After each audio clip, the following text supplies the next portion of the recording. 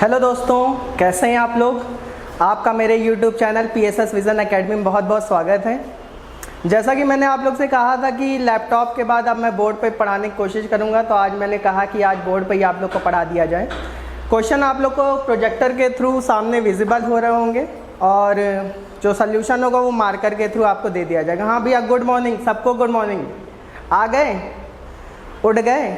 चलो, जीएस की क्लास अभी अभी आप लोग ने कंप्लीट की है। मैथ्स की क्लास भी देख लो भैया, मैथ्स भी इम्पॉर्टेंट है। जीएस के साथ साथ मैथ्स भी इम्पॉर्टेंट है। मैथ्स के साथ साथ इंग्लिश, रीजनिंग, हिंदी सब कुछ इम्पॉर्टेंट है। सब कुछ आपको आना चाहिए। गुड मॉर्निंग सबको, गुड मॉर्निंग। चलिए भैया, सब लोग आ जाइए, आ जाइए तो क्लास शुरू करते हैं। आ गए सब लोग, चाय वाय लेके बैठ जाओ, चाय वाय लेके बैठ जाओ। जिसके मोबाइल में नेटवर्क ना आ रहा हो वो पेड़ पे चढ़ जाए जहाँ नेटवर्क आ रहा है। शुरू किया जाए। चलिए आइए शुरू करते हैं। जैसा कि आप देख रहे हैं, आज का पहला क्वेश्चन है। विजिबल है ना सबको क्वेश्चन। चलिए, आज का पहला क्वेश्चन है, there were two candidates in an election, one got 55% of total valid votes and 20% of votes were invalid. If the total votes are 5500, how many valid votes did the other person get. ठीक है, हिंदी में भी मैं इसको पढ़ के सुना दे रहा हूँ।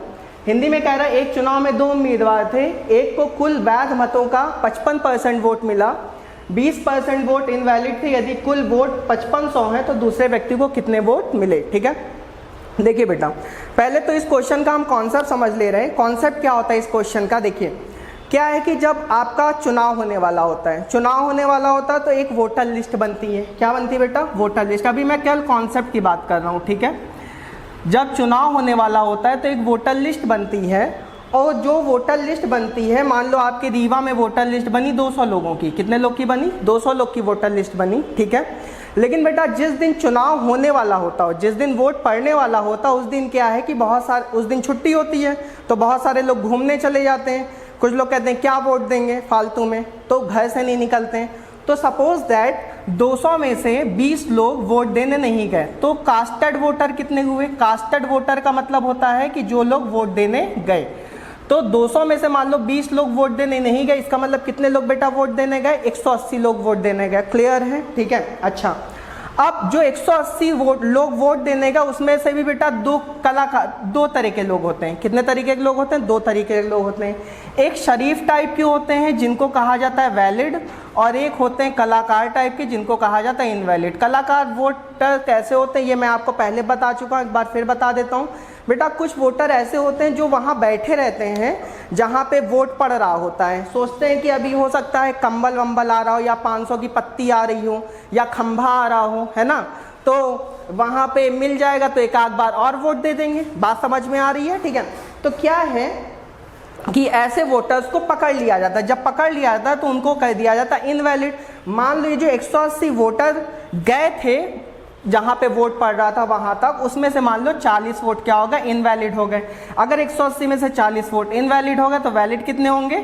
140 वोट होंगे। यहां तक बात क्लियर है? अब इसका मतलब ये हो गया कि जब भी बेटा काउंटिंग होगी, जब भी काउंटिंग होगी तो इसी 140 में से होगी। ठीक है, मान लो 140 में से काउंटिंग हुआ, हमारे यहाँ 2 बंदे थे तो एक जीतेगा और एक हारेगा, गारंटी है। ठीक है, तो मान लो 140 में से विनर को मिला 100 वोट और लूजर को मिला बेटा 40 वोट। ठीक है, तो बताओ विनर को अगर 100 वोट मिला और लूजर को 40 वोट मिला, इसका मतलब विनर लूजर से जीत गया है। ठीक है, विनर जीता है, सीधी सी बात है। और कितने वोटों से जीता है? 60 वोटों से जीता है। ठीक है, तो जब भी इस तरह का क्वेश्चन आएगा तो आपको ये एकदम स्ट्रेटजी बना के चलनी है कि सबसे पहले आपको अपने दिमाग में वोटर लिस्ट सोचनी है। तो वोटर लिस्ट हमेशा अपने आप में क्या होती है? 100% होती है। ठीक है, फिर देख लेना है, क्वेश्चन में पढ़ लेना क्या कुछ ऐसे भी लोग हैं जो वोट देने नहीं जा रहे हैं। अगर ऐसे भी लोग हैं जो वोट देने नहीं जा रहे हैं तो उनको क्या करना है? बाहर कर देना है। ठीक है, जो लोग जाएंगे उनको कास्टेड कहेंगे। क्लियर है? अब जो लोग गए हैं उसमें फिर देखना क्या कुछ लोग इनवैलिड हो रहे हैं। अगर इनवैलिड हो रहे हैं तो कास्टेड में से भैया उसको भी हटा दो। ठीक है, तो कुल मिला के बचे क्या? Valid vote. ठीक है,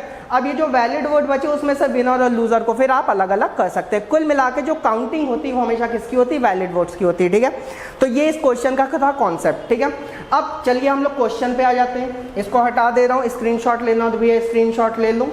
क्लियर? चलिए,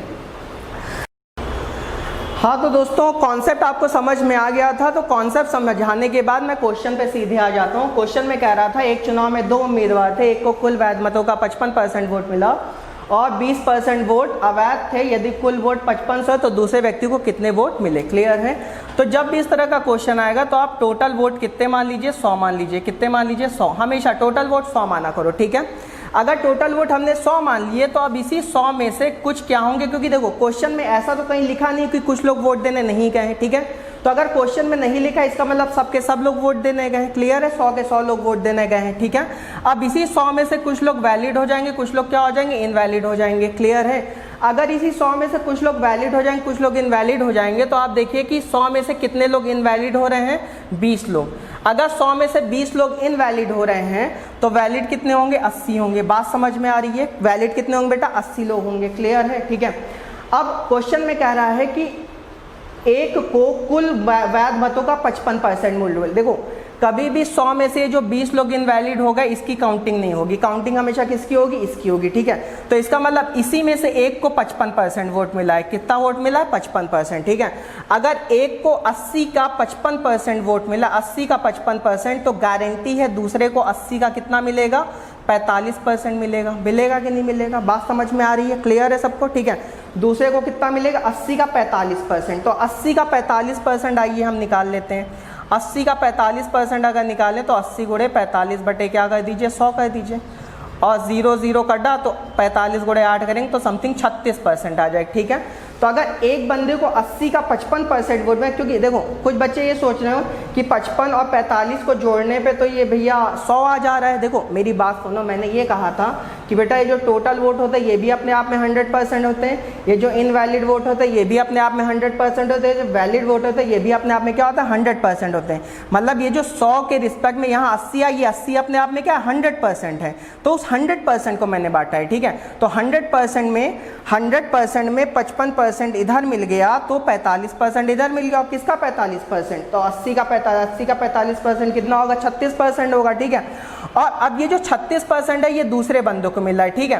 किसको, यहाँ पे जो दूसरे व्यक्ति को कितने अवैध मिले, क्योंकि पहले व्यक्ति को तो इसका 55% मिल गया, तो दूसरे व्यक्ति को कितने मिलेंगे, 36%। और किसका 36%, टोटल का 5500 का ना।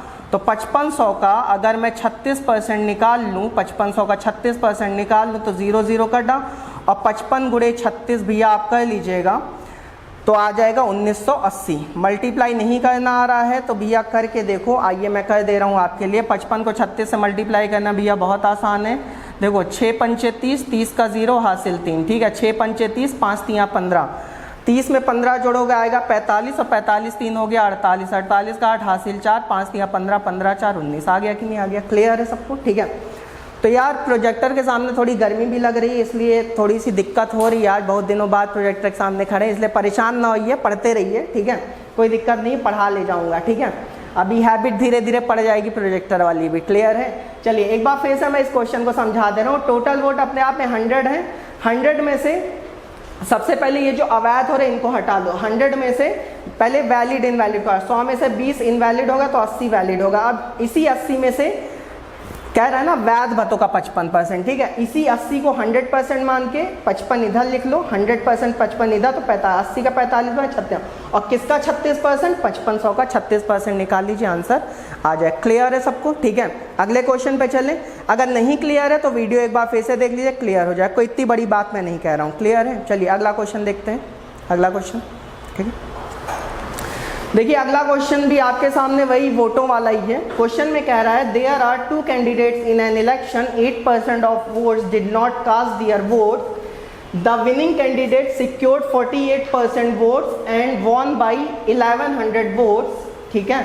Find the total votes. Question में कह रहा है एक चुनाव में 2 उम्मीदवार थे, 8% मतदाताओं ने वोट नहीं डाले। जीतने वाले उम्मीदवार को कुल वोटों का 48% वोट हासिल हुआ। अगर 1100 वोटों से वो जीत गया तो कुल वोटों की संख्या क्या होगी हमें बताना है, ठीक है। तब इसमें भी वही काम करेंगे। टोटल वोट हमने क्या मान लिए, 100। क्लियर है। टोटल वोट भैया हमने क्या मान लिया, 100 मान लिए, ठीक है। या 100% मानना तो 100% मान सकते हो, 100 मानना तो 100 मान सकते हो, ठीक है। टोटल वोट 100 मान लिया। अब देखो 8% लोग वोट देने नहीं गए, इसका मतलब सीवी का मतलब कास्टेड वोटर मतलब कितने लोग वोट दे गए हैं, ठीक है।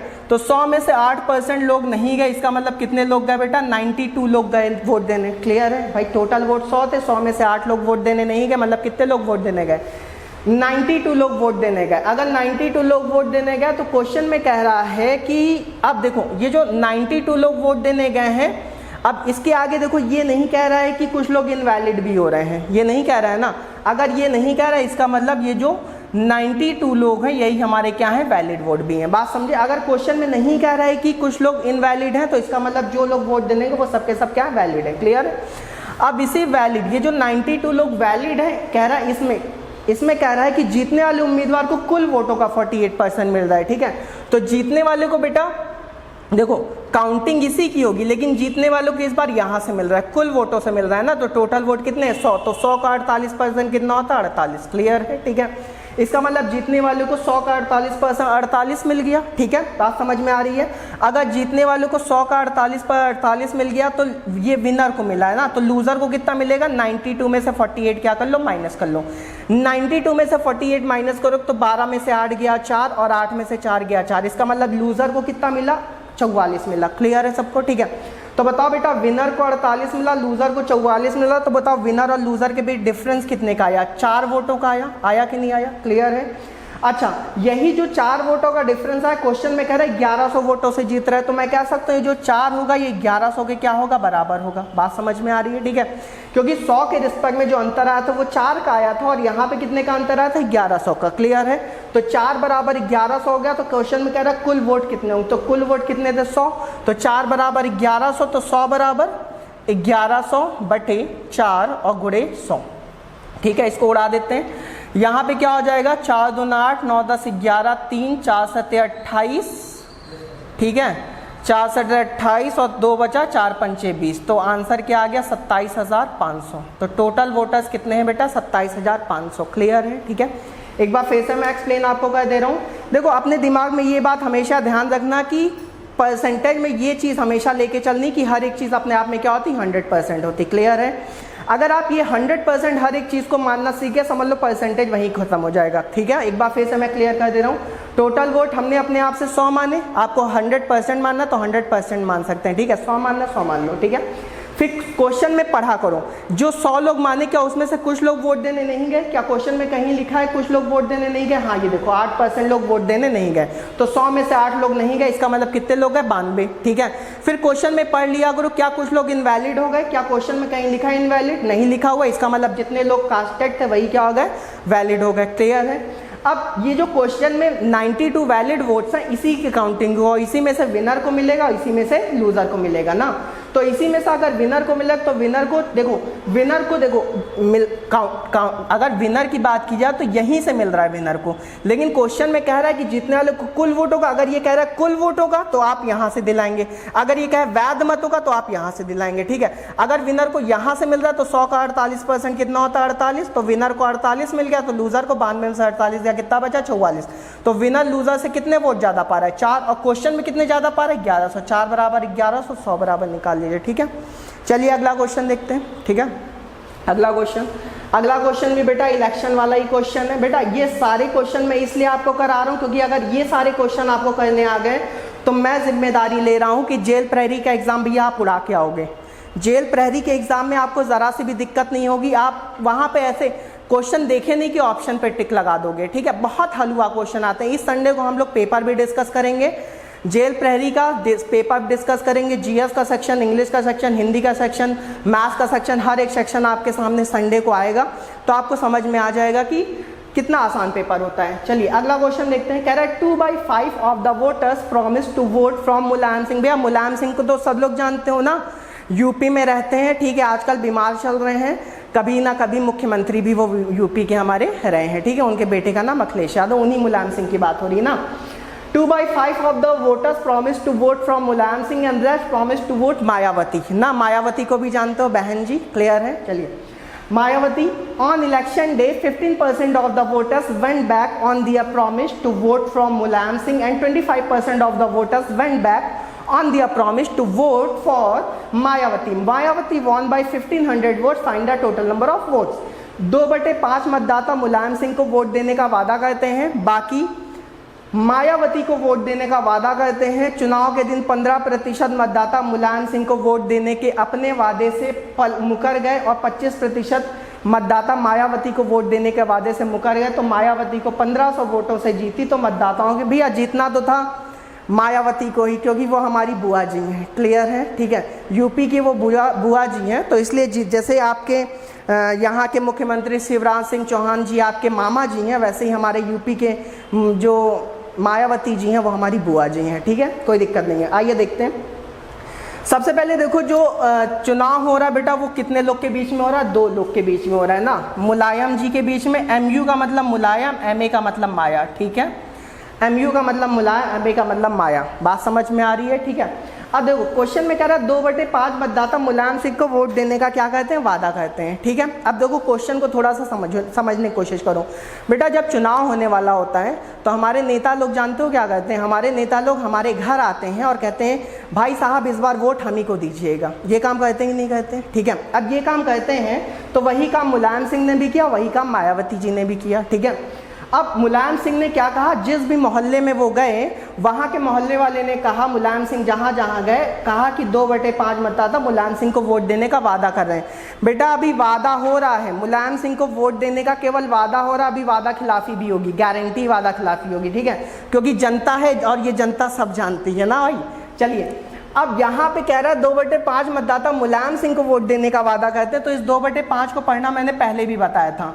इसका मतलब 2/5 को पढ़ना सीखो। इसका मतलब ये है कि अगर उस मोहल्ले में टोटल वोटर्स 5 हैं, टोटल वोटर्स 5 हैं, तो मुलायम सिंह के साथ कितने लोग वादा किए? 2 लोग ने वादा किया। कितने लोग ने वादा किया? 2 लोग ने। अब देखना, मुलायम सिंह के साथ अगर 2 लोग ने वादा किया तो मैं गारंटी ले सकता हूँ मायावती के साथ कितने लोग ने वादा किया? 3 लोग ने वादा किया। बात समझ में आ रही? क्वेश्चन में कह रहा है ना 2/5 मतदाता मुलायम सिंह को वोट देने का वादा करते हैं, तो अगर 5 में से 2 लोग मुलायम सिंह को वोट देने का वादा करते हैं तो गारंटी 5 में से 2 घटा लो, 3 लोग मायावती के साथ जाते हैं। ठीक है, अब इस क्वेश्चन को थोड़ा सा आसान करना है तो ये 2 को 100 के मल्टीपल में चेंज कर लो। 100 के मल्टीपल में चेंज करना बहुत आसान होता है, बस पीछे 2-2 जीरो लगा दो। ठीक है, तो इसका मतलब ये मुलायम सिंह को 200 लोग ने वोट देने का वादा किया और मायावती को 300 लोग ने वोट देने का वादा किया। ठीक है, जब वादा हो गया, सारे नेता लोग अपने अपने घर चले गए। उसके बाद क्या हुआ? चुनाव वाला दिन आया। चुनाव वाला दिन आ गया।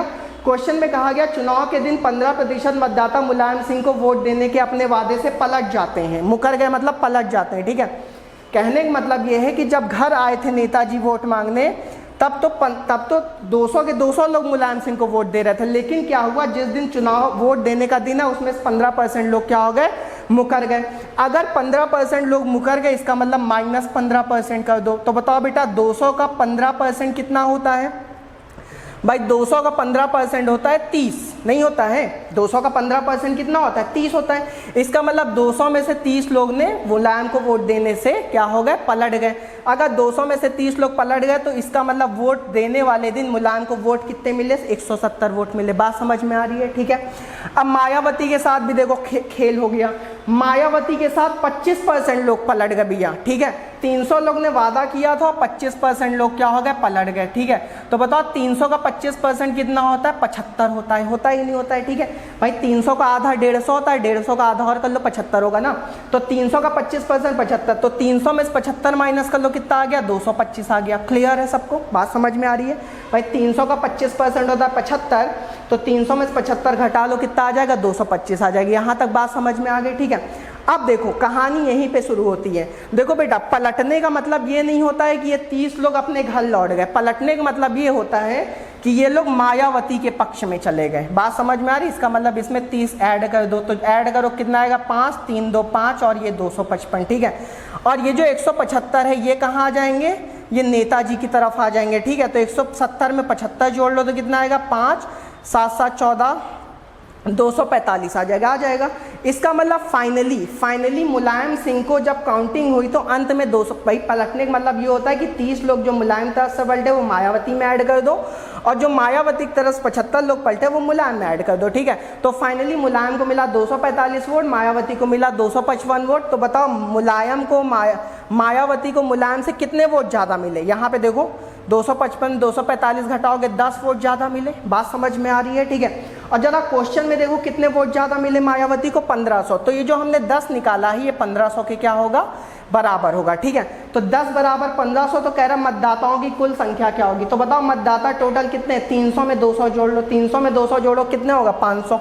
तो 10 बराबर अगर 1500 तो 500 बराबर 1500/10 और गुणे क्या कर लो बेटा 500 कर लो। ठीक है, ये 0 से 0 उड़ गया, 15 पचे 75 और 3 0 और चिपका, तो फाइनली आंसर क्या आ गया 75,000 आ जाएगा। तो इस क्वेश्चन का फाइनली आंसर क्या आ जाएगा 75,000। बात समझ में आ रही सबको? ठीक है, अगर नहीं समझ में आया भैया एक बार वीडियो फिर से देख लीजिए, आपको समझ में आने, मैं पूरा एकदम क्लियर कर रहा हूँ आपको, एक एक स्टेप क्लियर कर रहा हूँ। ठीक है, अगला क्वेश्चन देखते हैं।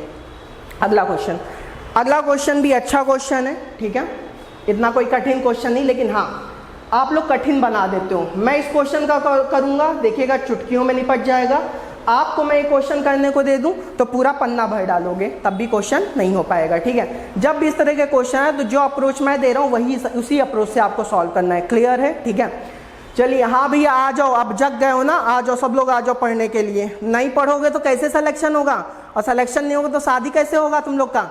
चलो आ जाओ, क्वेश्चन में क्या कह रहा है, if the price of a milk is increase by 35% by how much a lady must reduce her consumption so that her expenditure is increase only by 8%। यदि दूध की कीमत पे 35% की वृद्धि हुई हो तो एक महिला को अपनी खपत में कितनी कमी करनी चाहिए ताकि उसका खर्च केवल 8% बढ़ जाए। ठीक है, अब देखो जब भी बेटा इस तरह का क्वेश्चन हो कि मूल्य में इतनी वृद्धि हो जाए तो खपत में कितनी कमी की जाए, तो कभी कभी यहाँ पे लिखा रहता है उसके खर्च में कोई परिवर्तन ना हो, तब भी उस क्वेश्चन को इसी तरीके से करना जैसे मैं बता रहा हूँ। ठीक है, अगर यहाँ लिखा है खर्च इतना बढ़ जाए तब भी इसी तरीके से करना जैसे मैं बता रहा हूँ। ठीक है, देखो इस क्वेश्चन के लिए आपको एक बात ध्यान रखनी पड़ेगी, एक कॉन्सेप्ट ध्यान रखना पड़ेगा बेटा। देखो प्राइस और कंजम्पशन में उल्टा रिलेशन होता है, ये बात ध्यान रखना। ये चीज़ मैं समझा भी सकता हूँ। ठीक है, समझा दूँ, चलिए समझा देता हूँ। भाई क्या होता है कि जैसे मान लो देसी घी है, ठीक है, देसी घी खाना तो सबको अच्छा लगता है। मान लो देसी घी आप 200 रुपये किलो है, ठीक है, तो क्या होता है पापा लोग पता चला 10 किलो देसी घी उठा लाए, दाल है तो उसमें भी घी पड़ रहा है, चाय में भी घी पड़ रहा है, रोटी में भी घी जा रहा है, मतलब जहाँ देखो वहीं घी जा रहा है, सब्जी भी घी से बन रही ना।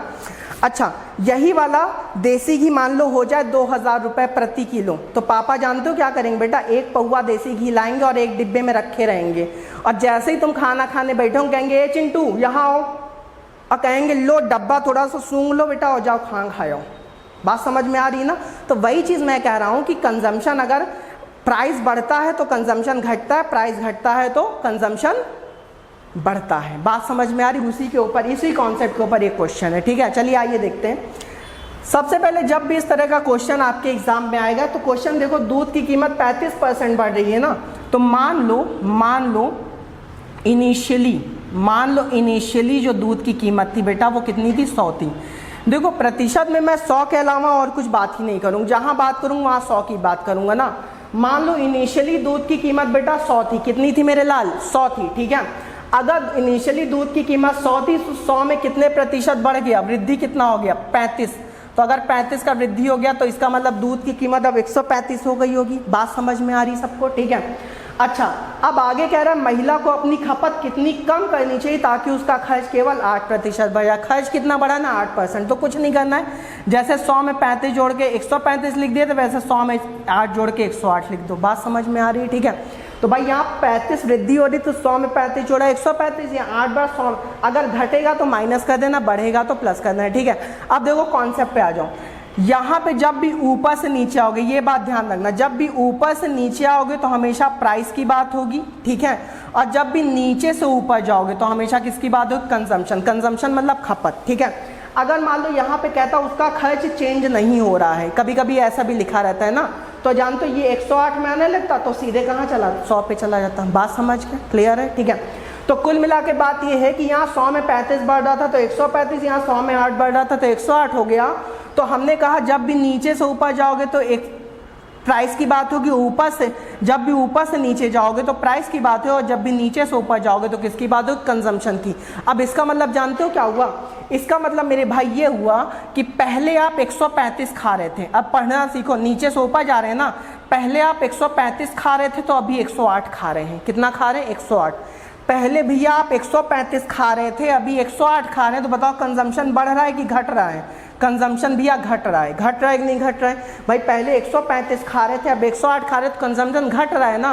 तो कितना घट रहा है, कितना घट रहा है, 27 घट रहा है। कितना घट रहा है, 27। बच्चे कह रहे हैं वो कैसे, भैया 135 में से 108 माइनस कर लो ना, 108 में 2 जोड़ोगे 110 ना, और 110 में 25 और जोड़ लो तो 135 हो जाएगा ना। तो इसका मतलब ये हो गया कि यहाँ पे 27 हम कम खाने लगे। और हमने आपको बेटा पहली दूसरी क्लास में बताया था जब भी कम की बात होती तो ज़्यादा वाले से भाग देते। तो बताओ इन दोनों में ज़्यादा कौन है? 135 ज़्यादा है ना। 135 से भाग दे दो और गुणे क्या कर लो? 100 कर लो, आंसर आ जाएगा। ठीक है, आइए भाग भी दे लेते हैं आप लोग के लिए। 5 से इसको उड़ा दिया जाए क्या? चलिए उड़ा देते हैं। 5 दूना 10 ना, और पचम 5 दूना 10 3, 5 सत्ते 35 ना, और 5 दूना 10 0। ये 27 से 27 उड़ गया, आंसर क्या आ गया? 20%। बेटा ये माइनस साइन यही शो कर रहा है कि खपत में क्या हो रही है? कमी हो रही है। ठीक है, अगर प्लस साइन आ जाए तो समझ जाना खपत बढ़ रही है, अगर माइनस साइन आ जाए तो समझ जाना खपत घट रही है। ठीक है, तो इसका मतलब उस औरत ने 20% खपत क्या कर दी थी? कम कर दी थी। तो जब भी इस तरह का क्वेश्चन आएगा कर लोगे, कभी कभी यहाँ अपरिवर्तित लिखा रहता है तो क्या करना, यहाँ कुछ ना लिखना, सीधे 100 पे चले जाना। मान लो यहाँ पे ना लिखा होता तब मैं जानते हो क्या करता, क्या लिखा? अपरिवर्तित होता। ठीक है, तब मैं क्या करता भाई, पहले प्राइस 100 था, बाद में 135 हो गया, इसका मतलब पहले 135 खा रहे थे, अभी 100 खा रहे। कितना कम खा रहे? 35, तो यहाँ मैं 35 लिख देता। ठीक है, और 35/135 गुणे 100 कर दे, तब भी आंसर जाता। क्लियर है सबको? बात समझ गए? ठीक है, चलिए अगला क्वेश्चन देखते हैं। अगला क्वेश्चन आपके सामने बहुत ही अच्छा क्वेश्चन है। चलिए ये क्वेश्चन भी मैं आपको अच्छे से समझाऊंगा।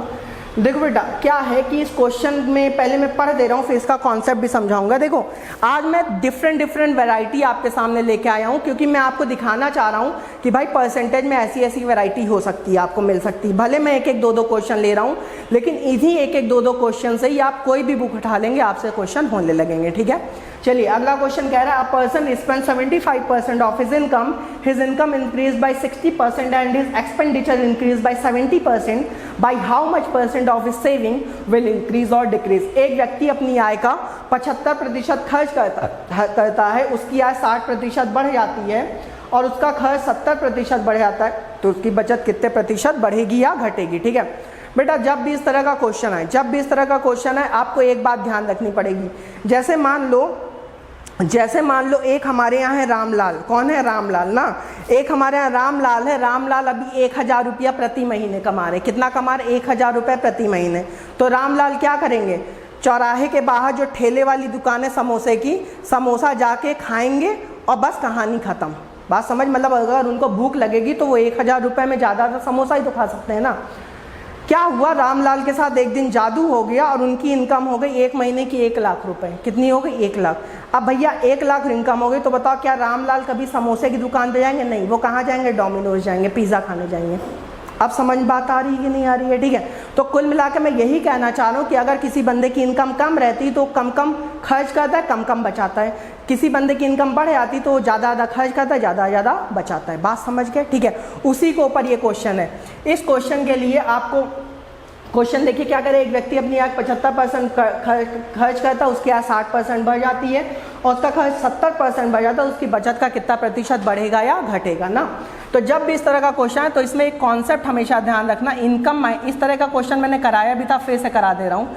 Income minus expenditure is equal to saving, बस ये ध्यान रखना है। आय में से खर्च घटा लो तो क्या आ जाएगा? बचत आ जाएगा। बात समझ में आ रही है?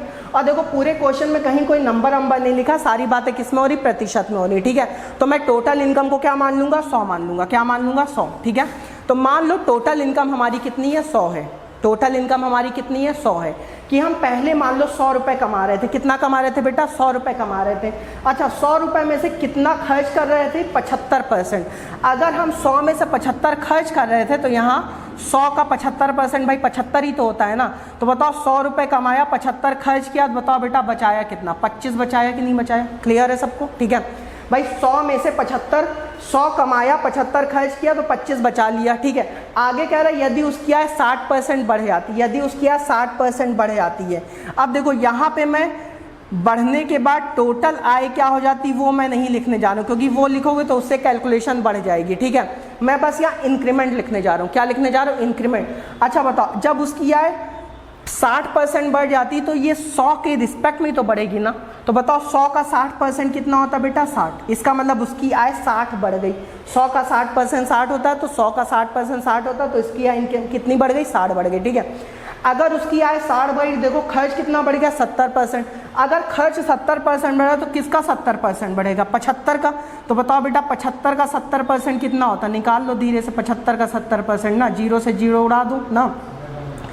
7 पचे 35, 7 पचे 35 की 5 हासिल 3 ना, और 7 से 49, 50 51 52, 52.5 होगा कि नहीं होगा? 52.5, ठीक है। तो इसका मतलब उसकी जब इनकम 60 बढ़ गई तो उसका एक्सपेंडिचर 52 भाई कोई 60 रुपये ज़्यादा कमाने लगा तो वो 52.5 रुपये ज़्यादा खर्च करने लगा। तो इसका मतलब वो ज़्यादा कितना बचाने लगा? वो 7.5 रुपये ज़्यादा बचाने लगा। कैसे निकाला समझ में आ गया भाई? 60 में से 52.5 क्या कर दो? माइनस कर दो, ठीक है। तो वो 7.5 रुपये अगर ज़्यादा बचाने लगा तो जो 7.5 रुपये ज़्यादा बचा रहा है वो किसके रिस्पेक्ट में ज़्यादा बचा रहा है भाई? ऊपर वाले के रिस्पेक्ट में, 25 के रिस्पेक्ट में। तो 60.5 बटे 25 गुणे क्या कर दो? 100, 25 चौक 100, और 7.5 का 4 गुना क्या होगा? 30%। इसका मतलब उस बंदे की जो सेविंग है वो कितनी बढ़ गई? 30% बढ़ गई, ठीक है। जब भी इस तरह क्वेश्चन आएगा सारी बात, कभी कभी यहाँ पे नंबर लिखा रहता है कि आय इतने रुपए, खर्च इतने रुपए, समथिंग ऐसा लिखा रहता है, ठीक है। तो उसी तरीके क्वेश्चन मैंने आपको दूसरी या तीसरी क्लास में वीडियो में कराया था, आप देख लीजिएगा वहाँ जाके, वहाँ समझ में आएगा। करने का तरीका यही था, ठीक है। तो यहाँ पे इनकम 100 थी, खर्च 75 था, तो सेविंग कितनी हो गई? 25 हो गई, ठीक है। इनकम कितनी बढ़ी? 60%, 100 का 60%, 60, खर्च कितना बढ़ा? 70%, 75 का 70%, 52। यहाँ फाइनल इनकम, फाइनल एक्सपेंडिचर नहीं लिखना, यहाँ पे बस इंक्रीमेंट लिखना है, ठीक है। 60 ज़्यादा कमाया, 52.5 ज़्यादा खर्च किया, तो 7.5 रुपये ज़्यादा बचाए किसके रिस्पेक्ट में? 25 के रिस्पेक्ट में, ठीक है। चलिए अगला क्वेश्चन देखते हैं। अगला क्वेश्चन देखिए, अगला क्वेश्चन भी इस क्वेश्चन की डिमांड बच्चों के बीच से बहुत आ रही थी कि सर इस तरह का भी क्वेश्चन आप करा दीजिए ना। तो चलिए इस तरह का भी क्वेश्चन देख लेते हैं, क्योंकि इस तरह के क्वेश्चन आजकल एग्जाम में बहुत पूछे जाते हैं। एक क्वेश्चन देखो भैया, यहाँ पे थोड़ा सा वही है कि गूगल से ट्रांसलेशन किया जाता है तो थोड़ा सा मामला फंस जाता है। गूगल सॉल्यूशन को समाधान पड़ता है ना, तो समाधान नहीं, आप विलयन कर लो ना। क्या कर लो? विलयन, ठीक है। यहाँ पे समाधान नहीं होगा, क्या होगा? विलयन। और यहाँ भी बेटा क्या कर लीजिए? विलयन, ठीक है। ये मेरी गलती नहीं है, गूगल की गलती है, ठीक है। चलिए देखते हैं। क्वेश्चन में कह रहा है solution contain 50% of salt from which 30 kilogram of water is removed. The quantity of salt remains 20% in that solution. Find the initial quantity of the solution ना। क्वेश्चन कर रहा है एक विलियन में 15% नमक है जिसमें से 30 किलो पानी निकाल लिया जाता है, ठीक है, और उसमें नमक की मात्रा 20% रहती, तो विलियन की प्रारंभिक मात्रा क्या होगी? ये क्वेश्चन में कहा जा रहा है, ठीक है। अब देखो क्या करेंगे, यहाँ पे सोच लो, ये एक इनिशियल आपके सामने है, एक इनिशियल मिक्सचर है और एक क्या है? फाइनल मिक्सचर है, ठीक है। जैसे मैं समझा रहा हूँ बस वैसे समझिए, क्वेश्चन आसान रहेगा। इनिशियल मिक्सचर जो है वो अपने आप में क्या है? मान लो 100% है या 100 मान लो, ठीक है, 100 है, ठीक है। और जो फाइनल सोल्यूशन होगा वो भी अपने आप में क्या होगा? 100 ही होगा, ठीक है। कितना भी हो लेकिन वो अपने आप में क्या होगा? 100 ही होगा, ठीक है। कह रहा है विलियन में, अब देखो दो चीज़ें, ये जो इनिशियल सोल्यूशन है इसमें दो चीज़ें क्या क्या है? एक साल्ट है और एक क्या है? वाटर है बेटा। क्या है? साल्ट और वाटर, ठीक है। तो बताओ साल्ट कितना है? 15% है। कितना है? 100 का 15% 15 ही होता है, ठीक है। अगर साल्ट बेटा 15% है तो वाटर कितना होगा बेटा? 85 होगा कि नहीं होगा भाई? 100 में से 15 घटा लो, कितना होगा? 85 होगा। क्लियर है, ठीक है। अच्छा फाइनल में देखो क्या कह रहा है। फाइनल में कह रहा है कि फाइनल में कह रहा है जब 30 किलो पानी निकाला, मतलब इसमें से 30 किलो पानी निकाल लिया जाता है तो एक फाइनल मिक्सचर बनता है, उसमें साल्ट कितना है? 20% है। तो यहाँ पे साल्ट लिख लो, यहाँ वाटर लिख लो। अब साल्ट कितना हो गया? 20%। भाई सीधी सी बात है, जब कोई सोल्यूशन है उसमें से अगर पानी उड़ जाएगा तो वो नमकीन, मतलब उसका साल्टनेस बढ़ जाएगी ना। बात समझ में आ रही कि नहीं आ रही है? तो इसीलिए साल्ट क्या हो गया? बढ़ गया। 100 मतलब 20% साल्ट हो गया, तो अब पानी कितना रह जाएगा? 80%, ठीक है। अब यहीं पर आपको बातें ध्यान से सुननी मेरी, ठीक है यार। एक बात बताना, मेरी बात सुनना ध्यान से, ठीक है, मैं क्या कहना चाह रहा हूँ, ठीक है यार। एक बात मुझे बताओ कि जब कोई सॉल्यूशन उड़ता है, तो उसमें से क्या उड़ता है? पानी उड़ता है कि साल्ट उड़ता है? भाई पानी उड़ता है। अगर पानी उड़ता है तो इसका मतलब जो क्वांटिटी में कमी आएगी वो किसकी कमी आएगी? पानी की क्वांटिटी में कमी आएगी। क्या साल्ट की क्वांटिटी में कमी आएगी? क्या नहीं आएगी। अगर साल्ट की क्वांटिटी में कमी नहीं आएगी तो इसका मतलब साल्ट यहाँ जितना रहना चाहिए यहाँ भी उतना ही रहना चाहिए, इसको ऐसे 20-80 कर लो, कोई दिक्कत नहीं है, ठीक है। जितना साल्ट यहाँ रहना चाहिए उतना ही साल्ट यहाँ भी रहना चाहिए। तो मैं क्या करूँगी इन दोनों, भाई सीधी सी बात है, जैसे गर्मी तो आजकल पड़ ही रही है, तुम क्या करो एक दिन सवेरे धूप में दोपहर में खड़े हो जाओ। अगर दोपहर धूप में खड़े हो जाओगे तो बताओ तुम्हारे शरीर से क्या उड़ेगा, पानी तो उड़ेगा ना, किसके रूप में, स्वेट के रूप में, ठीक है। ऐसा थोड़ी ना कि तुम्हारे बाल उड़ने लगेंगे, कान उड़ने लगेंगे ना, ऐसा तो होगा नहीं। बात समझ में आ रही है? तो क्या उड़ेगा, पानी उड़ेगा। अगर पानी उड़ेगा तो सीधी सी बात है कि जो क्वांटिटी में कमी आएगी वो पानी कमी आएगी। कभी भी जो सॉलिड मटेरियल होता है उसकी क्वांटिटी में कमी, इसका मतलब अगर साल्ट यहाँ 15 और यहाँ 20 है, इसका मतलब ये दोनों सेम होने चाहिए। अगर सेम होने चाहिए तो बताओ 15 और 20 का मैं क्या ले लूँ, एलसीएम, क्योंकि किसी भी चीज़ को सेम करने के लिए एलसीएम लेता है। तो 15-20 का एलसीएम क्या होता है, 60 होता है। तो इसको क्या कर लो, 60, 4 से मल्टीप्लाई कर दो, इसको भी किससे मल्टीप्लाई कर दो, 3 से मल्टीप्लाई कर दो। बात समझे? अगर बेटा इसको 4 से मल्टीप्लाई करो तो इसको भी 4 से मल्टीप्लाई करना पड़ेगा, इसको 3 से किया तो इसको भी 3 से करना पड़ेगा। बात समझ में आ रही है? क्लियर है? देखो दोनों जगह 60 सेम हो गया कि नहीं हो गया, ये भी 15 चौक 60, ये भी 20-3 60, ठीक है। लेकिन पानी देखो अब यहाँ कितना हो गया, 85 का 4 गुना कितना होगा, 340 नहीं होगा भाई, 4×5 = 20 और 4, ठीक है, 340 होगा ना। और 80 का 3 गुना कितना होगा, 240 होगा। बात समझ गए कि नहीं समझ गए? तो बताओ पहले वाले सोल्यूशन में पानी 340 है और अगले वाले सोल्यूशन में पानी 240 है। तो इसका मतलब पानी में कमी कितने की आई, 100 की कमी आई भाई। 340 में 240 घटाओगे 100 की कमी आई। अब क्वेश्चन में जरा देखो यहाँ कितने की कमी आई, 30 किलो। तो मैं कह सकता हूँ 100 = 30 किलो। अगर 100 = 30 किलो हो गया तो क्वेश्चन कह रहा है प्रारंभिक मात्रा बतानी। अब प्रारंभिक मात्रा भाई 100 बराबर ना निकाल देना, ये तो 100 मैंने मान लिया था, मुझे नहीं पता था कि हो सकता है विलियन और बढ़ जाए, ठीक है। प्रारंभिक निकालने के लिए क्या करो, ये 15 चौक 60, ये 60 और 340 को ऐड कर लो। तो 60 में 340 ऐड करो बेटा कितना आएगा, 400। बात समझ में आ रही है? ठीक है। तो 100 = 30 किलो, तो 400 बराबर 100 का 4 गुना 400, तो 30 का 4 गुना 120 किलो। तो फाइनली इस क्वेश्चन का आंसर क्या आ जाएगा, 120 किलो। बात समझ गए कि नहीं समझ गए? ठीक है भाई, मैं ये आपको कह रहा हूँ कि जब भी आपको फाइनल निकालना है तो फाइनल में ये 100 बराबर ना निकाल लेना, क्योंकि अब चेंज हो चुका है, साल्ट 60 आ चुका है और पानी कितना आ चुका है, 340। इसका मतलब टोटल सोल्यूशन अब 100 नहीं रह गया, कितना हो गया, 400 हो गया। तो 400 के रिस्पेक्ट में आंसर निकालना, ठीक है। एक बार फिर से मैं समझा दे रहा हूँ, इनिशियल इसको भी 100 मानो, फाइनल भी 100, क्योंकि कोई भी चीज़ आपने आप में कहा थी 100। इस 100 में से साल्ट कितना है, 15 है, तो पानी कितना होगा, 85 होगा। फाइनल में 100 में से साल्ट कितना है, 20 है, तो पानी कितना होगा, 80 होगा। क्लियर है सबको? ठीक है।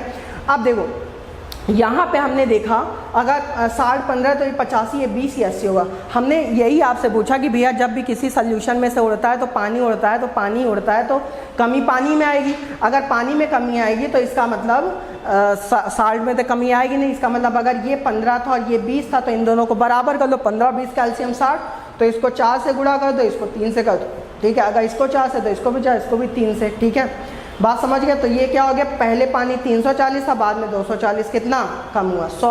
यहाँ पे 100 बराबर 400, ठीक है। सॉल्व कर लीजिए, आंसर आ जाए, ठीक है।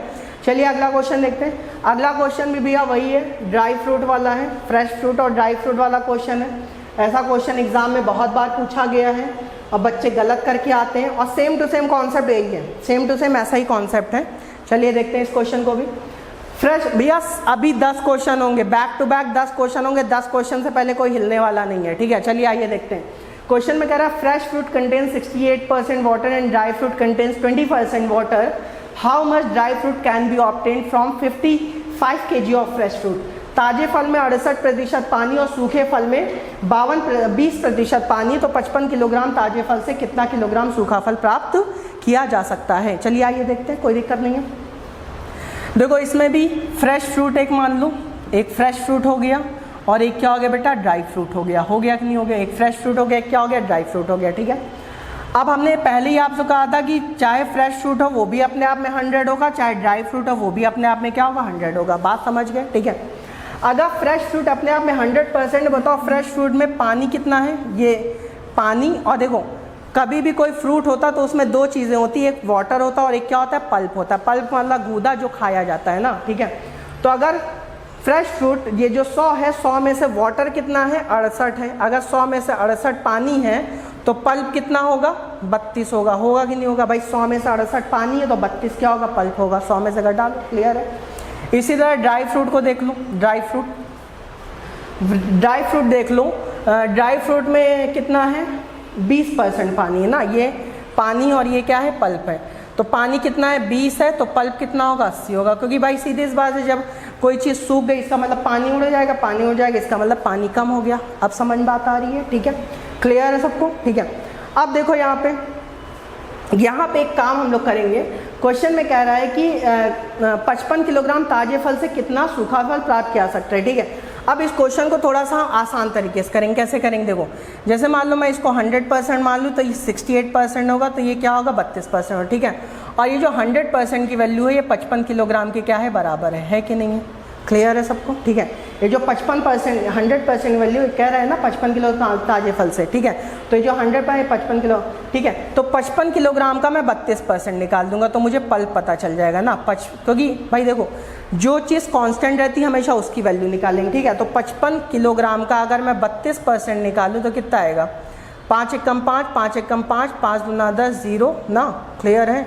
और यहाँ पे काटोगे तो क्या आएगा 16 आएगा, और यहाँ पे 6 7 17.6 समथिंग आ जाएगा ना किलोग्राम ना। तो इसका मतलब जो 55 किलोग्राम में पल्प है वो कितना है 17.6 किलोग्राम है। कितना है बेटा 17.6 किलोग्राम है, क्लियर है, ठीक है। अच्छा आप खुद बताइए क्या पल्प की क्वांटिटी चेंज होगी, नहीं होगी। अगर 17.6 किलोग्राम यहाँ पल्प है तो यहाँ भी पल्प कितना होगा 17.6 किलोग्राम ही होगा। तो मैं कह सकता हूँ 80 बराबर 17.6 किलोग्राम। अगर 80 बराबर 17.6 किलोग्राम तो 100 बराबर क्या, क्योंकि ड्राई फ्रूट का भी टोटल 100 ही है, तो 100 बराबर क्या होगा 17.6 डिवाइडेड बाई 80 और गुणे 100 ना। डेसिमल हटाओगे 0 कटा, 8 दूना 16 और 8 दूना 16, तो आंसर क्या आ गया 22 किलोग्राम ना। तो मतलब 55 किलोग्राम जो फ्रेश फ्रूट था वो कितने किलोग्राम ड्राई फ्रूट में कन्वर्ट हो गया 52 किलोग्राम, ठीक है। कुछ बच्चे कह रहे हैं कि सर आपने इसको पिछले तरीके से बेटा भाई क्यों नहीं कराया। देखो पिछले तरीके से भी क्या आ सकता था, उसमें बस क्या करना था 32 और 80 का एलसीएम ले लेते। 32 और 80 का क्या लेते एलसीएम ना, तो 32 और 80 का एलसीएम मेरे ख्याल से 160 शायद आता, ठीक है। 32 80 का एलसीएम तो इसको 5 से गुणा करना पड़ता है, इसको 2 से, तो यहाँ भी 2 तो यहाँ भी 2, यहाँ 5, तो वैसे कहते तब भी क्वेश्चन हो जाता। बात समझ में आ रही, क्योंकि यहाँ पे इस बार मुझे उस बार क्या था यहाँ टोटल की क्वांटिटी पता नहीं थी, इस बार पता थी इसलिए मैंने ऐसे कर दिया, ठीक है। पहले 55 किलोग्राम का क्या निकाल लिया 32%, क्या आ गया पल्प। और पल्प तो कभी उड़ता नहीं, इसका मतलब 17.6 किलोग्राम यहाँ पल्प है, तो यहाँ भी कितना होगा 17.6 किलोग्राम होगा। तो 80 बराबर इतना 100 बराबर निकाल लीजिए आंसर, ठीक है। चलिए अगला क्वेश्चन देखते हैं। अगला क्वेश्चन भी थोड़ा सा अच्छा क्वेश्चन है। वैसे तो ये क्वेश्चन रेशियो में कराना चाहिए, लेकिन हाँ प्रतिशत का भी इसमें कॉन्सेप्ट यूज़ हो रहा है, तो मैंने आपको सोचा कि करा ही देता हूँ, ठीक है। भाई आज की क्लास में जो भी क्वेश्चन है सारे अच्छे क्वेश्चन हैं, कोई भी ऐसे आसान क्वेश्चन नहीं है, ठीक है, इसलिए थोड़ा सा ध्यान से देखिए। क्वेश्चन में कह रहा है the sum of income of A B and C is ₹72,000। A B C spends 80%, 85%, 75% of income. The ratio of their saving is 8:9:20। Find the income of A. A B C की आय का योग ₹72,000 है। ए B सी अपनी आय का 80%, 85% और 75% खर्च करते हैं। उनकी बचत का अनुपात 8:9:20 है। तो ए की आय क्या होगी, ये क्वेश्चन में पूछा गया है, ठीक है। अब देखो जब भी बेटा इस तरह का क्वेश्चन आएगा तो हमेशा इसके ऊपर ध्यान देना। किसके ऊपर, इसके ऊपर जो रेशियो दिया गया। तो रेशियो यहाँ किसका दिया गया, बचत का। किसका दिया गया, बचत का, ठीक है। अगर बेटा रेशियो बचत का दिया गया तो ये जो प्रतिशत है ना, ये जो प्रतिशत है ये किसका है, खर्च का है। तो इसको भी मैं किस में बदल दूंगा, बचत में, क्योंकि जो चीज़ प्रतिशत में बचत में होगी वही चीज़ अनुपात में भी बचत में, फिर इन दोनों को बराबर कर लेंगे, आंसर आ जाएगा, ठीक है। इस क्वेश्चन का कॉन्सेप्ट वही है, इनकम माइनस एक्सपेंडिचर बराबर सेविंग, ठीक है। देखो कभी भी कोई बंदा कमाता है, जैसे मेरी इनकम मान लो 2 लाख रुपए प्रति मंथ पर मंथ है, ठीक है। अगर मेरी इनकम 2 लाख रुपए पर मंथ है, इसका मतलब मेरी इनकम मेरे रिस्पेक्ट में क्या होगी 100% होगी, ठीक है। मान लीजिए आपकी इनकम 1 लाख रुपए पर मंथ है, ठीक है, तो आपकी इनकम आपके रिस्पेक्ट में क्या होगी 100%। लेकिन अगर मेरी इनकम की आपसे या आपकी इनकम की मेरे से थोड़ी सी तुलना कराइए तो हो सकता है कुछ परसेंट कम या क्या हो ज़्यादा हो, लेकिन मेरी इनकम तो मेरे रिस्पेक्ट में 100% ही होगी ना। तो वही कॉन्सेप्ट यहाँ पे लगाना है कि चाहे ए हो, ए की इनकम भी ए के रिस्पेक्ट में 100% है, बी की इनकम भी बी के रिस्पेक्ट में 100% है, और सी की इनकम भी सी के रिस्पेक्ट में क्या है 100% है ना। अगर ए की इनकम ए के रिस्पेक्ट में 100% है तो 100% में से ए ने खर्च कितना किया, 80%। अगर ए ने अपनी इनकम में से 80% खर्च किया तो बताओ बेटा बचाया कितना, 20% बचाया होगा ना भाई। ए ने मान लो ए की टोटल इनकम है, जिसका जो नाम है वही उसकी टोटल इनकम है। मान लो ए का नाम ए है तो ए की इनकम टोटल क्या है, 100%, मतलब ए अपने आप में क्या 100%। तो इस 100% में 80% उसने खर्च कर दिया। अगर 80% खर्च कर दिया तो बताओ बेटा बचाया कितना, 20% बचाया। क्लियर है। अगर ए ने अपनी इनकम का 20% तो ये जो ए का 20% है वो ए की बचत है कि नहीं है। अगर वो ए की बचत है, जरा यहाँ देखो ए की बचत कितनी, 8 है। तो मैं कह सकता हूँ जो ए का 20% है वो ए की बचत है, और ये जो 8 है रेशियम ये भी ए की क्या है, बचत है। ठीक है, तो ए का 20% 8 के क्या होगा, बराबर होगा 20 पंचे 100, तो ए बराबर कितना आ गया, 40। तो ये जो ए बराबर 40 आया है, ये ए बराबर 40 क्या, ए की इनकम का रेशियो है। किसकी इनकम का रेशियो, ए की आय का, क्योंकि ए हमने क्या माना था, ए की आय मानी थी ना। ठीक है, चलो बी की बात कर लेते हैं। बी अपनी इनकम का कितना खर्च कर रहा है, 85%। अगर बी अपनी इनकम का 85% खर्च कर रहा है तो 100 में 85 घटाओ, बचे कितना, 15%। और ये किसके बराबर होगा, 9 के बराबर। तो 3 बचे 15, 3 तिया 9, 5 दूना 10, 0 और 20 तिया कितना, 60। तो बी की इनकम का रेशियो क्या आ गया, 60 आ गया ना। सी की बात कर लेते हैं। सी अपनी इनकम का 75% खर्च कर रहा है तो बचाए कितना, 25% ना। और क्वेश्चन में यहाँ कितना बचा रहा है, 20 ना। तो यहाँ 25 चौक 100, तो सी की इनकम का रेशियो क्या आ गया, 80 आ गया। बात समझ में आ गई कि नहीं आ गई। ठीक है, तो कहने का मतलब ये है कि ए की इनकम, बी की इनकम और सी की इनकम का रेशियो क्या आ गया, 40 रेशियो 60 रेशियो 80 आ गया। अगर इसको उड़ा दें तो 20 दूना 40, 20 से काट लो सबको, 20 दूना 40, 20 तिया 60, 20 चौक 80 आएगा कि नहीं आएगा। यहाँ तक बात समझ में आ रही सबको, क्लियर है। ठीक है, अगर ए बी सी की इनकम का रेशियो 2:3:4 आ गया तो क्वेश्चन में कह रहे ए बी सी की कुल आय कितनी, 72,000। बेटा मैंने इनकम का रेशियो इसीलिए निकाला क्योंकि ये 72,000 तब तक आप नहीं बांट सकते थे जबकि ए बी सी की इनकम का रेशियो आपको ना पता हो। ठीक है, तो ए बी सी की इनकम का रेशियो अगर देखो तो 2 3 4 आ गया, और ये टोटल 72,000 के क्या हो, बराबर। इसका मतलब इसका और इसका एडिशन बोले तो 4 3 7 7 2 9, ये जो 9 होगा ये 72,000 रुपये के क्या होगा, बराबर। तो 9 बराबर 72,000 रुपये, तो 1 बराबर 8,000 रुपये ना। अगर 1 बराबर 8,000 रुपये तो ए की इनकम बतानी ना, तो ए की इनकम का रेशियो कितना है, 2, तो 2 बराबर 16,000 रुपये। बात समझ गए। तो ए की इनकम कितनी आ गई, 16,000 रुपये। अगर मान लो बी की पूछती तो 3 बराबर निकाल देते, सी की पूछती तो 4 बराबर निकाल देते, और आंसर हमारा। जब भी इस तरह का क्वेश्चन आएगा आपको बस ये ध्यान रखना है कि रेशियो किसका दिया है। अगर रेशियो बचत का है तो जो भी प्रतिशत की वैल्यू उसको 100 में से घटा के बचत में बदल लो, इसके क्या कर दो, बराबर। अच्छा, कभी कभी ये भी होगा कि यहाँ पे खर्च का अनुपात दिया रहेगा और यहाँ बचत का परसेंट दिया रहेगा ना, तो बचत को किस में बदल लोगे, खर्च में, तो वो जो प्रतिशत में खर्च होगा वही अनुपात वाले खर्च के क्या हो जाएगा, बराबर हो जाएगा। वहाँ से भी एक इनकम, और जैसे ही रेशियो उसके बाद तो क्वेश्चन आप उड़ा ही सकते हैं। क्लियर है सबको। ठीक है, चलिए अगला क्वेश्चन देखते हैं। अगले 2 क्वेश्चन आसान है, ठीक है, बच्चे कर लेंगे, कोई इतनी बड़ी बात नहीं है। 2 लाइन के क्वेश्चन है। अगला क्वेश्चन कह रहा है, if the numerator of a fraction be increase by 20% and is denominator is decrease by 5%, the fraction become 5/2, find the original fraction. किसी भिन्न के अंश को 20% बढ़ाया गया और हर को 5% घटाया गया तो भिन्न 5/2 हो जाती, तो मूल भिन्न क्या होगी। ठीक है, सबसे पहले तो बच्चों को यही पता होना चाहिए कि फ्रैक्शन क्या होता है। बेटा कभी भी किसी नंबर को न्यूमरेटर और डिनोमिनेटर के फॉर्म में लिख दो तो वही फ्रैक्शन कहलाता है। ठीक है, numerator upon denominator is called fraction. ठीक है, इसका मतलब ये हो गया कि अगर कोई नंबर इस तरह से लिखा है कि उसमें एक अंश और एक हर है तो वो क्या कहलाएगा, फ्रैक्शन।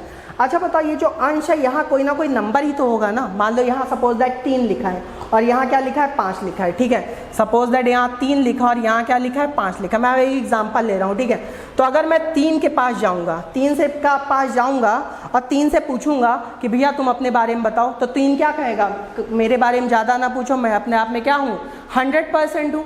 फिर मैं 5 के पास गया, 5 से पूछा भैया तुम अपने बारे में बताओ, 5 ने भी कहा भैया मेरे बारे में ज़्यादा ना पूछो, मैं अपने आप में क्या हूँ, 100% हूँ। कुल मिला के बस मैं एक छोटी सी बात कहना चाह रहा हूँ कि बेटा ये शुरू से ही मैं कह रहा हूँ कि दुनिया का हर एक नंबर अपने आप में क्या होता है, 100% होता है। तो न्यूमरेटर में कोई भी चीज़ लिखे रहे वो भी अपने आप में 100%, डिनोमिनेटर में कोई भी चीज़ लिखे रहे वो भी अपने में क्या है, 100% है। ठीक है, अच्छा, अगर न्यूमरेटर 100% है तो जरा देखो यहाँ भिन्न के अंश को कितना बढ़ाया गया, 20%।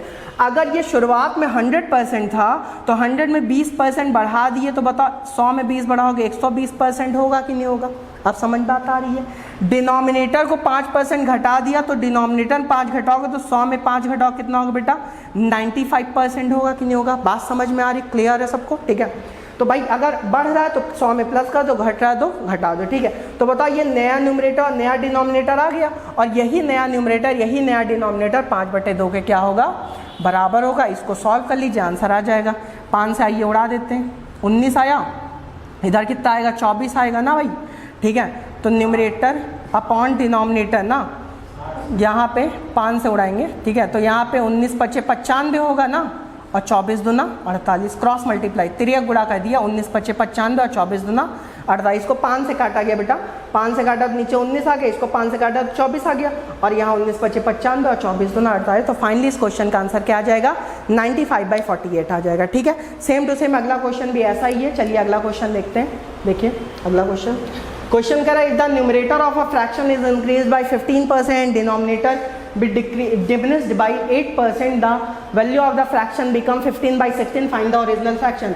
यदि किसी भिन्न के अंश को 15% बढ़ाया जाए और हर को 8% घटाया जाए तो भिन्न का मान 15/16 हो जाता है। मूल भिन्न क्या होगी? सेम क्वेश्चन है। ठीक है, यहाँ देखिए आप लोग अपनी कॉपी पे भी लगाते रहो। अगर ये जो बिस्तर पे लेट के बेटा वीडियो देख रहे हो, काम नहीं चलेगा इससे।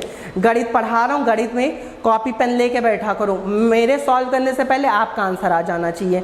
कमेंट बॉक्स में आपका आंसर आते रहना चाहिए कि हाँ सर ये आंसर आ रहा है। एक बच्ची है पायल करके एक बच्ची, उसका आंसर फटाफट आता रहता है ना, तो जैसे उसका आंसर आता भैया आप लोग भी वैसे करते रहो। क्लियर है? ठीक है, तो अगर आप करेंगे तो उससे हम लोग को भी अच्छा लगे कि हाँ बच्चे पढ़ रहे हैं ना। ठीक है, आप कमेंट बॉक्स में कमेंट नहीं करेंगे तो हमको लगेगा कि बस आप बिस्तर पे लेट गए हैं, तकिया लगा लिए और बढ़िया दोनों पैर चढ़ा के बढ़िया लेटे हुए और आराम से देख रहे हैं। ठीक है, तो मूवी की तरह आपको नहीं देखना है, आपको पढ़ाई के तौर पर इसको पढ़ना है ना, जब तक हम लोग आमने सामने रूबरू नहीं हो जाते हैं। ठीक है, चलिए इस क्वेश्चन को भी देखते हैं। क्वेश्चन में कह रहे हैं यहाँ न्यूमरेटर और डिनोमिनेटर है, तो न्यूमरेटर को इस बार कितना बढ़ाएगा, 15%। तो यहाँ क्या लिख दो, 115%। भाई 100 में 15 जोड़ लो ना। डिनोमिनेटर कितना घटाएगा, 8%। 100 में 8 घटाओ कितना आएगा, 92% आएगा ना। और नया कितना हो गया, 15/16। नया भिन्न 15/16 हो गया ना। ठीक है, इसको उड़ा दो 23 से, 23 चौक 92, 23 पंचे 115 ना, और यहाँ 4 चौक 16। नीचे वाला नंबर नीचे से कट जाता, ऊपर वाला ऊपर से, 5 तिया 15 ना। तो न्यूमरेटर अपॉन डिनोमिनेटर कितना आ गया बेटा, 3/4। तो फाइनली इस क्वेश्चन का आंसर क्या आ गया, 3/4 आ गया। ठीक है, तो भैया आज के लिए इतना ही। आज बहुत ही मेहनत से वीडियो बनाई गई है। ठीक है, क्योंकि क्या है कि बहुत दिन से आपके सामने ऐसे खड़े होकर नहीं पढ़ा रहा था, लैपटॉप से पढ़ा रहा था, तो आज बहुत ही मेहनत लगी वीडियो बनाने में। आगे मैं और कोशिश करूँगा कि और भी अच्छे अच्छे क्वेश्चन आपके सामने ले आऊँ। तब तक के लिए आप लोग इस वीडियो को देखिए, लाइक करिए, शेयर करिए, ज़्यादा शेयर किया करिए। ठीक है, और कोशिश करिए कि घर में जो भी बुक आपके पास हो उसे क्वेश्चन लगाते रहिए। ठीक है, क्योंकि एग्ज़ाम अपने समय पे ही होंगे, एग्ज़ाम इधर उधर नहीं होने वाले हैं।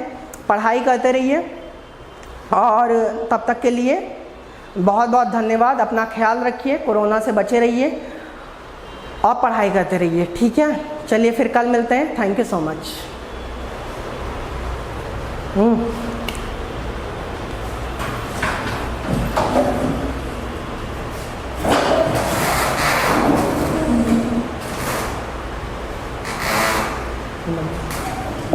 ला लो